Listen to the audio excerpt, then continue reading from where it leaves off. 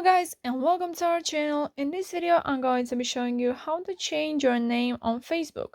So it's really simple, so let's get into it. From here we just have to go on those three lines from the right top page next to Messenger and then scroll down and click on Settings and Privacy.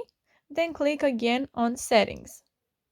Then from here we have to click on Personal and Account Information. And then here we have to click on the first option, which is name. So click on that. And then from here we have to click on our name and change it as you like.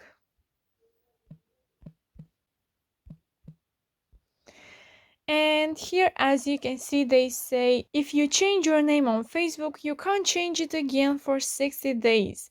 Don't add any unusual capitalization, punctuation, characters, or random words. So this is really important. So once you changed your name, click on Review Change.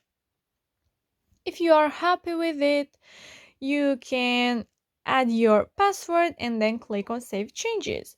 So yeah guys, that's it. It's that easy. I hope you liked this video and I hope it was helpful for you. If it was, you can comment down below your thoughts and don't forget to subscribe and like this video. Thank you so much for watching. Have a great day. Bye bye.